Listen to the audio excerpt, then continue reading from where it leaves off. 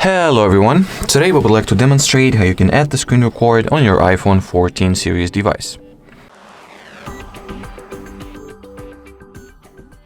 So first of all, you gotta launch the settings, then enter the control center category. In here, scroll the page down until you'll be able to find the more controls and in particular the screen recording shortcut, which you can add by tapping on this plus sign.